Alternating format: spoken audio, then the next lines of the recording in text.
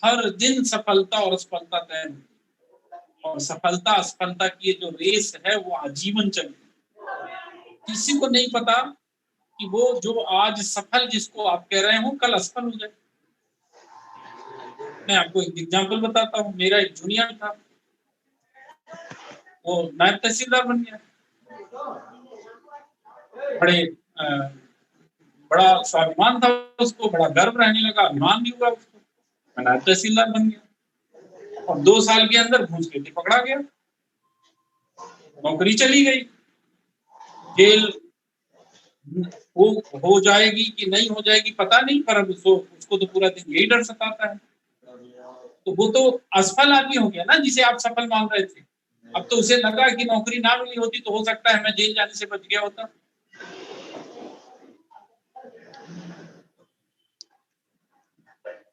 बहुत सारे लोग ऐसे हैं जिनको अच्छी नौकरी मिल गई, फिर बड़े घर में शादी हो गई, फिर शादी टूट गई। तो जीवन का उद्देश्य सिर्फ पैसा कमाना नहीं है। जीवन का उद्देश्य सिर्फ अच्छी गाड़ी खरीदना नहीं। एक लड़का वहां जेएन सिटी में एक टीचर उनका बेटा था, वो नई बाइक मांग रहा था, नई बाइक घर वालों ने नहीं दिलाया, उसने सुसाइड कर लिया। इतनी ऊंची सोच है। हम तो पूरी एमएससी साइकिल से यूनिवर्सिटी गए। जब स्वयं कमाने लगे तब बाइक पाई, और हमें आज भी समस्या नहीं है, तो साइकिल से भी चल लेते हैं। आपको लगता है कि जो सफल दिख रहा है उसका जीवन आसान है, आपसे कठिन जीवन जिया है उसने, लेकिन वो आपकी तरह रोया नहीं, आपकी तरह टूटा नहीं, और ना ही टूटेगा। जो माँ बाप ने आप लोगों को असीमित सुविधाएं दे दी हैं, उसके चलते आप इतना कमजोर हो गए कि आप उन्हीं माँ बाप के ऊपर धौंस जमाते हो कि आप ऐसा नहीं करोगे तो इतनी स्वार्थी जनरेशन कैसे हो सकती है जो सिर्फ अपने बारे में सोचती है। दूसरा, उसकी जिंदगी में कोई है, उसे ना माँ बाप की फीलिंग का पता, ना अपने भाई बहन की फीलिंग का पता, ना उसे माँ बाप की समस्याओं से कोई लेना देना, ना परिवार की समस्याओं से लेना देना। उसे तो जो चाहिए वो मिलना चाहिए, नहीं मिलेगा तो हम ऐसा कर लेंगे। क्या करोगे ऐसी पढ़ाई का? अब ऐसी सोच लेके अगर आप इंजीनियर बन भी गए, कोई नौकरी हासिल भी कर लिया, मुझे नहीं लगता कि वो सफलता है आपकी।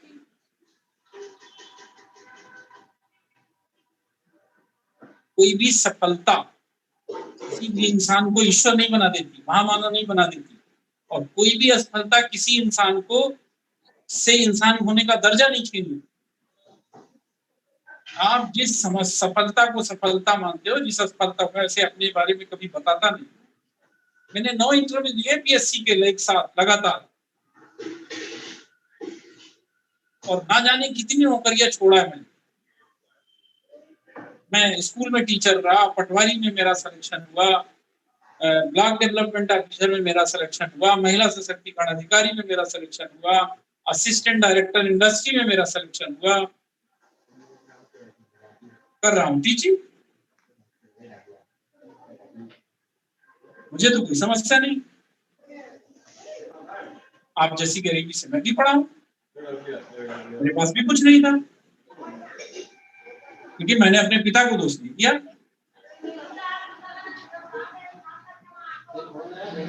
पिता आपका दोषी है, आपके दोषी हैं क्योंकि वो आपको आपकी भौतिक सुविधाएं उपलब्ध नहीं कराए। जो उपलब्ध कराया उसके लिए एहसानमंद नहीं हो, जो नहीं उपलब्ध कराया उसके लिए शिकायत जरूर है। चलो, जो उपलब्ध नहीं कराया तो आपका भी तो फर्ज बनता है पिता के प्रति, आप अपना फर्ज पूरा कर दो, आप दे दो पिता को अपने। क्या वो पिता इसलिए केवल पैदा हुआ है कि वो जिंदगी भर खेत में मरे और आप आराम करो? क्या माँ जिंदगी भर गांव आपके घर में झाड़ू पोछा लगाने के लिए आई है? आपका कोई दायित्व तो नहीं उसके प्रति।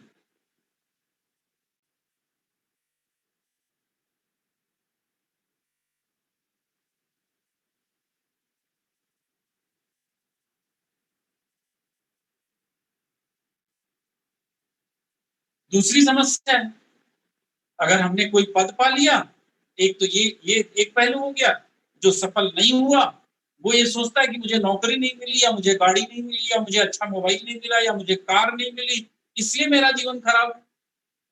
और दूसरा वो है जिसने जो कोई पद पा गया है छोटा मोटा, उसका भी यही हाल है। उसे अब अपने पिता से मिलने में शर्म आने लगी, उसे अपने टीचर से मिलने में समस्या आने लगी, उसे अपने पुराने फ्रेंड से मिलने में समस्या आ गई।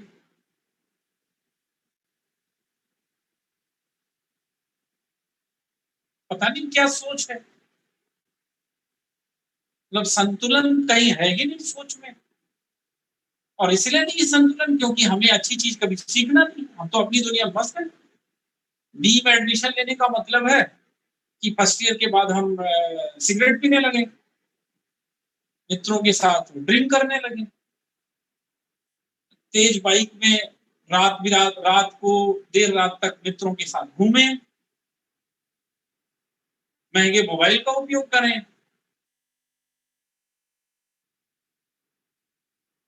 गंदे वीडियो देखें, और जो काम का है वो ना पढ़ने का टाइम है, ना उसको उस पे मनन करने का टाइम है, तो वैसे ही गंदे विचार बन रहे हैं।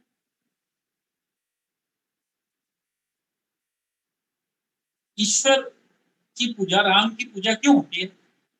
इसलिए क्यों राजा थे? नहीं, इसलिए नहीं हुई,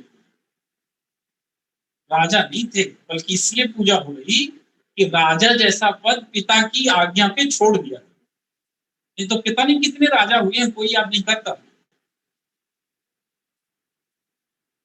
श्रवण कुमार वहीं का तहसीलदार नहीं थे, तहसीलदार होने के कारण उनकी इज्जत नहीं होती थी, ना ही किसी थाने की टीआई थी। इसलिए इज्जत होती थी कि उन्होंने अपनी पिता और माँ की सेवा के लिए अपना पूरा जीवन समर्पित कर दिया।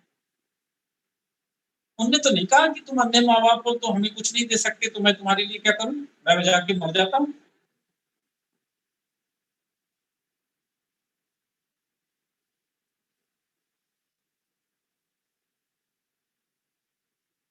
बहुत तकलीफ दे स्थिति है आज के युवाओं में, बहुत तकलीफ दे, पता नहीं कहाँ जा रहा है, क्या करना चाह रहा है।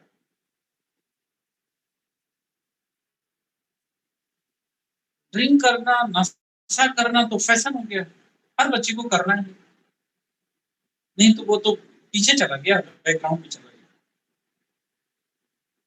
दारू नहीं पी रहा इसका मतलब वो मॉडर्न नहीं है, आधुनिक नहीं। बाइक नहीं है इसका मतलब कि वो समाज में रहने लगे। ये सोच हो गई युवाओं में, ये सोच आपका कभी भला नहीं करेगी, कभी, कभी भला नहीं करेगी। और जो इस मानसिकता का है उसे अपनी सोच बदलने की जरूरत है। आपका जो मित्र आपकी गाड़ी के कारण आपके साथ में है उसको छोड़ दीजिए तो ज्यादा अच्छा है। आपका जो मित्र आपके ड्रिंक ना करने के कारण आपको बैकवर्ड समझता है उससे दूरी बना लीजिए तो भी बेहतर है। आपका जो मित्र आपसे आप आपसे परिवार की दूरी बनाने के लिए कह रहा है उससे भी अलग हो जाए।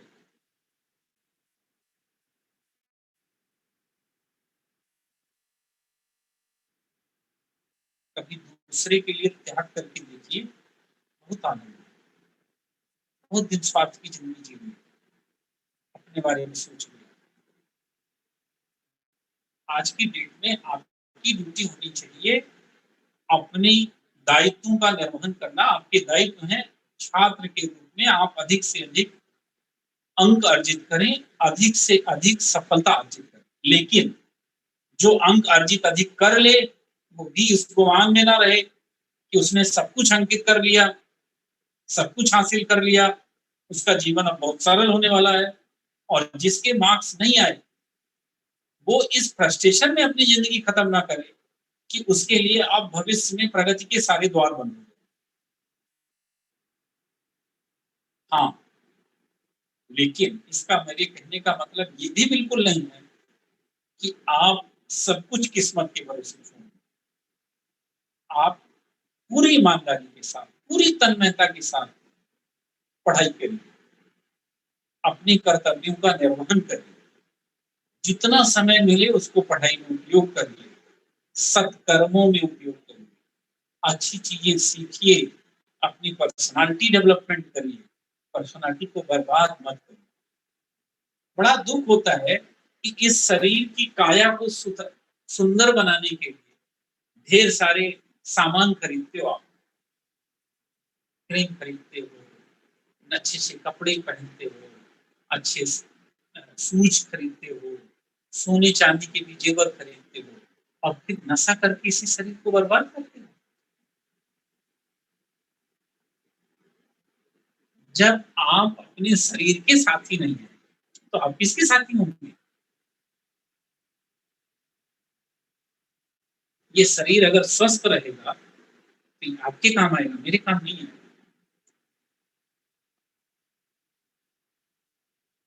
हर लड़का 2 बजे तक 3 बजे तक जगता है, फिर 10 बजे तक सोता है, पता नहीं क्या पढ़ता है।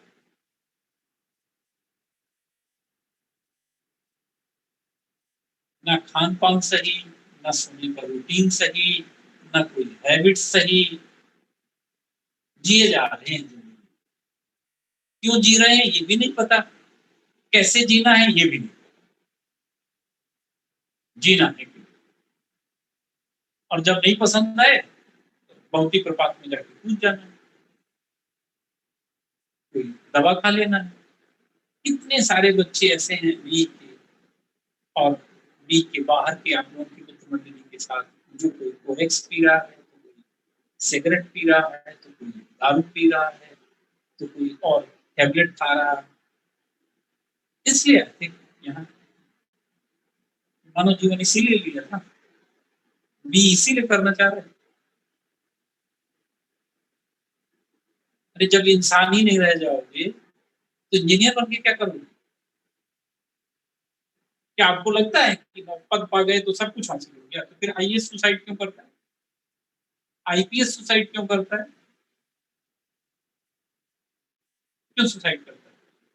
अगर पैसा ही सब कुछ है, पावर ही सब कुछ है, तो इन्हें तो सुसाइड करने की जरूरत नहीं होना चाहिए, इन्हें तो सब कुछ मिल गया, पैसा भी मिल गया, पावर भी मिल गया, फिर ये क्यों सुसाइड करते हैं? कभी सोचा? नहीं सोचा। सोचिए, इसलिए क्योंकि ये अपनी जड़ों से कट गई थी, और जड़ों से कटने के अलावा इन्होंने किताबें तो पढ़ी, जिंदगी नहीं पढ़ी, समस्याओं से मुकाबला करने नहीं सीखा। एक आईएएस इसलिए खत्म हो गए क्योंकि उनकी पत्नी से नहीं बनती थी। ऐसे पति पत्नी के विवाद गांव में हर किसान के यहाँ तो नहीं मर जाता। हमारी किसी एक से संबंध अच्छे नहीं है इसलिए हम सुसाइड कर लें? भैया पहले तो परिवार को समेटने का प्रयास करें, समझाएं, और उसकी वजह ही बता रहा हूँ आपको क्यों है ऐसा, पारिवारिक दूरी भी क्यों है उसकी भी वजह बता रहा हूँ। उसका कारण ये है पारिवारिक दूरी होने का कि हम जब पद पाते हैं तो वो पद केवल ऑफिस तक सीमित नहीं होता, वो घर भी पहुंचता है। घर में भी आईएएस बन जाते हैं, घर में भी आईपीएस बन जाते हैं, घर में टीआई बन जाते हैं, और हमारा जो बिहेवियर थाने में है वही बिहेवियर घर भी पहुंचता है। यही महिलाओं के साथ है, यही पुरुषों के साथ, और यही पारिवारिक तनाव का कारण है, परिवार के बिखरने का भी यही कारण है। जब तक हमारी सोच उस पद के अहंकार से बाहर नहीं आएगी तब तक इसी तरह पारिवारिक विखंडन होते रहेंगे और इसी तरह परिवार टूटते रहेंगे।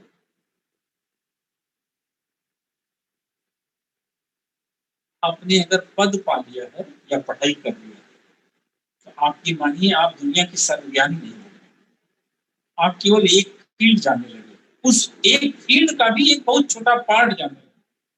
मैं मैथ का टीचर हूँ तो मैं मैथ का केवल एक छोटा पार्ट जानता हूँ। आपने अगर इलेक्ट्रिकल या इलेक्ट्रॉनिक्स से भी की है तो आप अपनी ब्रांच का कुछ पार्ट जानने लगे, पूरे जीवन के ज्ञानी नहीं हो सकते, ना इस गलतफहमी में जीवन व्यतीत करें। मैंने ऑब्जर्व किया है कि जो बच्चा पहले गरीबी की हालात में पढ़ा, टीचर के सामने हाथ जोड़े खड़ा रहता था, बड़ी मुश्किल से पैसों की व्यवस्था करके अपनी पढ़ाई पूरी किया, उसी बालक को जब पद मिलता है तो वो इस कदर चेंज होता है कि वो अपने माँ बाप से भी पब्लिकली नहीं मिलना चाहता, क्योंकि उसे साहब कहलवाने की आदत जो पड़ चुकी है। वो अपने उस टीचर से नहीं मिलना चाहता जिस टीचर के कारण उसका सिलेक्शन हुआ। पूरी तरह तो नहीं, पर एक बहुत बड़ा योगदान उसका है। क्यों? क्योंकि वो नहीं चाहता कि पब्लिकली उसे टीचर को नमस्कार करना। वो नहीं चाहता कि उसका बड़ा भाई जो गांव में खेती करता है उसके चैम्बर में कभी आए। क्यों? क्योंकि लोग जान जाएंगे कि उनके बड़े भाई, तो उसे शर्मिंदगी महसूस होगी। उस भाई से शर्मिंदगी महसूस होगी जिस भाई ने उसकी पढ़ाई में अपने भविष्य को बर्बाद किया। उस भाई से मिलने में उसे समस्या होगी, उस पिता से मिलने में उसे समस्या होने लगती है। जो पिता, मैं आपको एक स्टोरी बताता हूँ। सतना के पास का एक गांव, एक टीचर हो। आप मेरी बात सुन रहे हो या नहीं? मैं ऐसे ही बोले जा रहा हूँ। यस सर, यस सुन सर, रहे हैं? यस सर, सुन रहे हैं। मेरी बात सुन पा रहे हो या मैं ऐसे ही बोल रहा हूँ? यस सर, पूरी बातें सुन रहे हैं। बोल तो नहीं हो रहे हो? No sir.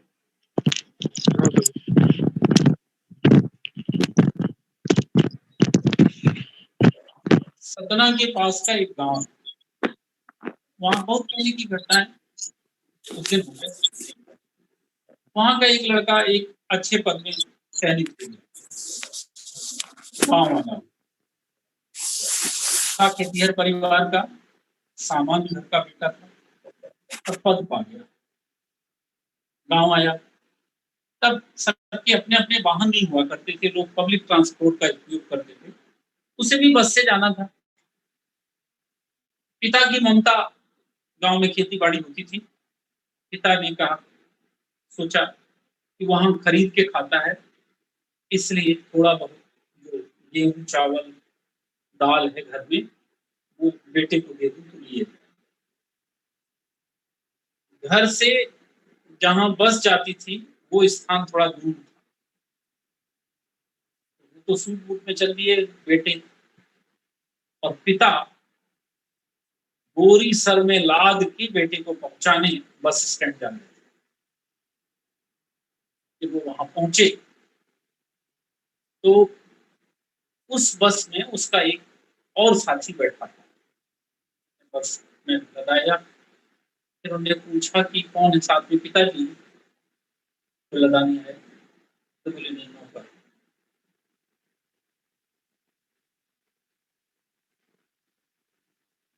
ये है झूठा अभिमान, ये है झूठी शान, जो पिता को नौकर कहलवा देती।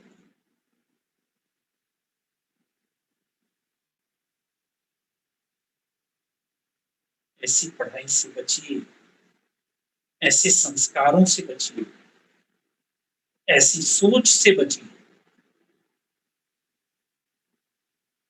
ये किसी के लिए प्रगति हो सकती है, लेकिन मेरी नजरों में तो बिल्कुल प्रगति नहीं।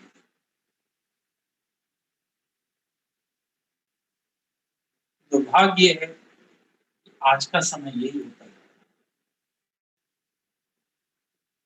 हमारे जीवन में सिर्फ और सिर्फ दिखावा ही रह जाएगा। ना संस्कार बचेंगे, ना सोच बचेगी, ना परिवारवाद बचेगा, ना किसी के प्रति संवेदना बचेगी। कुछ नहीं बचेगा, सब खत्म हो जाएगा।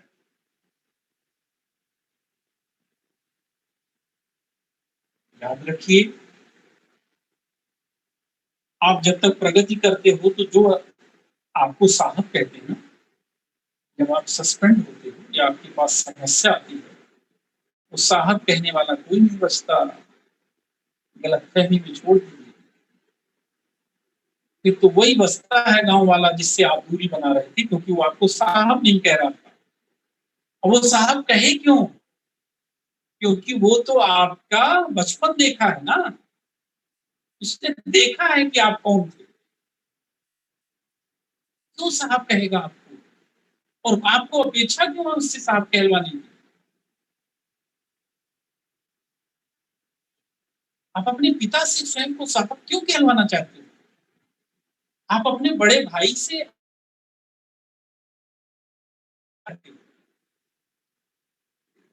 यही सोच नष्ट कर देगी भारत की संस्कृति। प्रशासनिक पद सारे संबंधों पर हावी होते जाते, जैसे ही पद पाता है, पद पाने वाला कभी ये सोचता ही नहीं कि मैं भी इसी समाज का हूं और मैं स्वामी नहीं सेवक बना हूं। जो आदमी अपने पिता का सेवक नहीं बन पाया, वो जनता का सेवक कैसे बन सकता? जो अपने पिता के कर्ज नहीं उतार पाया, जो अपने भाई के कर्ज उतारने को तैयार नहीं, अपनी माँ की ममता की जिसको कद्र नहीं है, वो जनता से ममता करेगा? नहीं करेगा, तो केवल लूटेगा।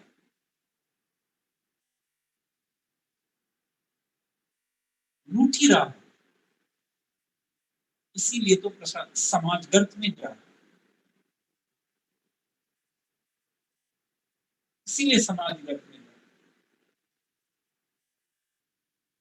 मेरा आप लोगों से अनुरोध है, इस सोच से बचने। हो सकता है ये किसी के लिए अच्छा हो, पर आप गंभीरता से विचार करिए, कहीं से अच्छा नहीं है। ये भारत की संस्कृति नहीं है, भारत के बच्चों के ये संस्कार नहीं है, और दुर्भाग्य ये कि हम आज इसी तरफ बढ़ रहे हैं।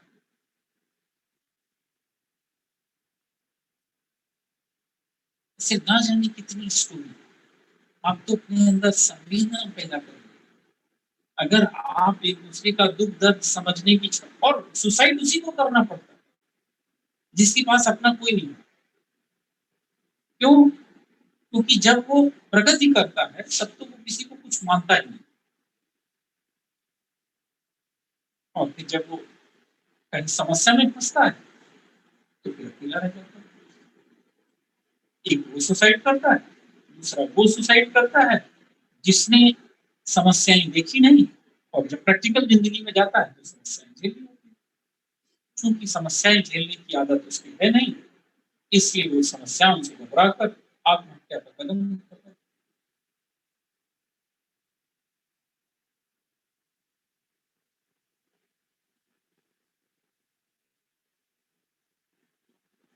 लेक्चर तो बहुत होते हैं,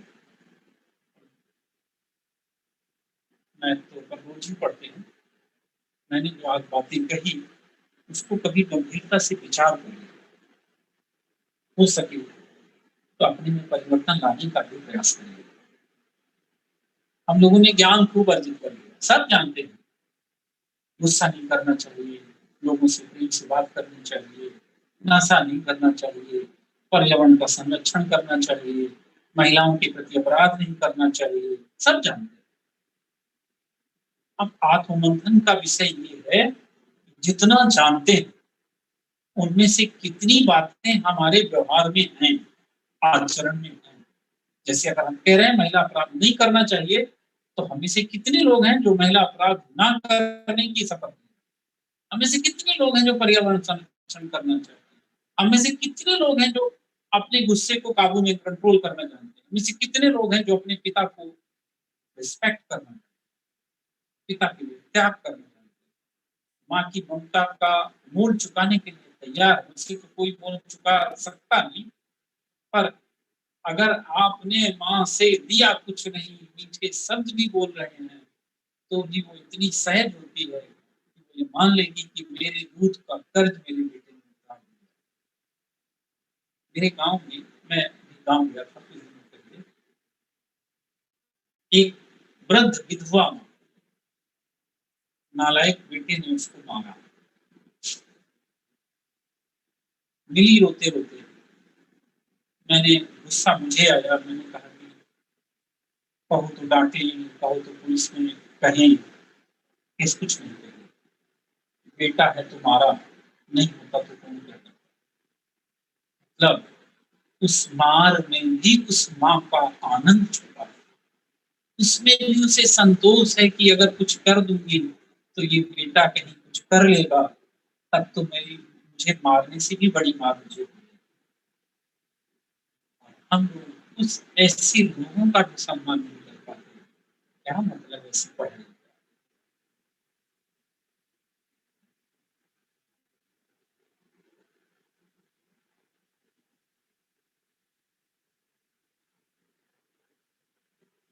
हम लोग तो केवल वीडियो फिल्मों के देखते हैं और फिल्मी दुनिया में ही मस्त है। बाकी की दुनिया से हमें क्या है? हमें तो केवल लाफ्टर चलना चाहिए, जहां हम हंसते रहे। समस्याएं जो हैं वो दूसरा क्यों नहीं दूर कर रहा? हमारा तो कोई काम नहीं समस्या नहीं। हम तो हंसने के लिए पैदा हुए, मनोरंजन करने के लिए पैदा हुए हैं। और जब भी मनोरंजन में बाधा आएगी तभी हम आत्महत्या करेंगे। हम दुख झेलने के लिए तो पैदा ही नहीं हुए। दुख हमारे झेलने माता पिता, भाई बहन, समाज झेले, सरकार झेले, हम थोड़ी झेले। हम तो आनंद की दुनिया के लिए पैदा हुए। आनंद उठाएंगे और आनंद में बाधा आएगी तो या तो लड़ेंगे, मारेंगे या मर जाएंगे।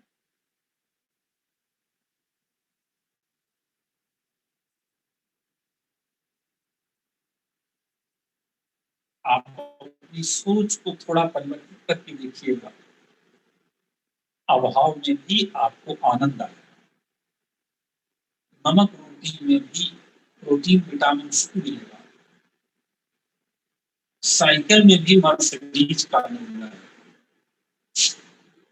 बशर्ते स्वयं की जिंदगी को अपनी सोच से चलने दीजिए, दूसरे के अनुसार।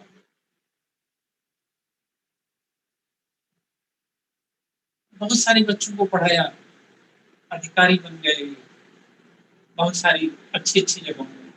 ये बहुत सारे बच्चे ऐसे हैं कि जो कभी सामने खड़े रहते थे, नमस्कार भी नहीं करते, कोई फर्क नहीं। ये उसके संस्कार हैं कि वो हमें नमस्कार नहीं कर रहा, उसमें मेरी क्या गलती?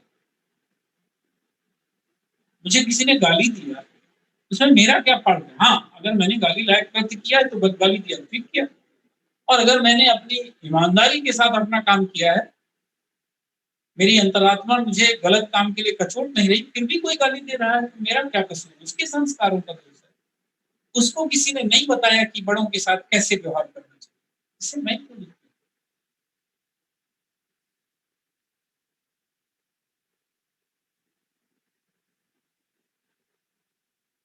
चलिए, आज मैं इतना ही पढ़ाता हूँ।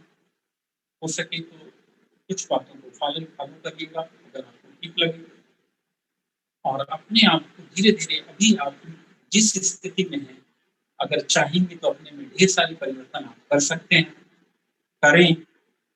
और जिंदगी को केवल पैसा कमाने की मशीन मत समझें। पैसा हमारी जिंदगी का एक बहुत महत्वपूर्ण पार्ट है, इसको कमाना चाहिए।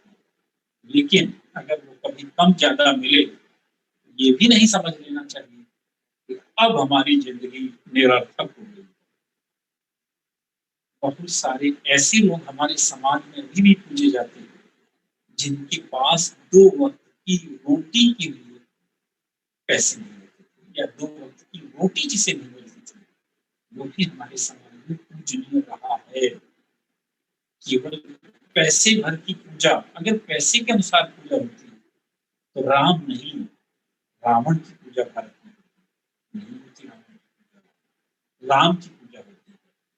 क्यों? क्योंकि भारत भौतिकतावादी नहीं है, आध्यात्मिकतावादी देश है।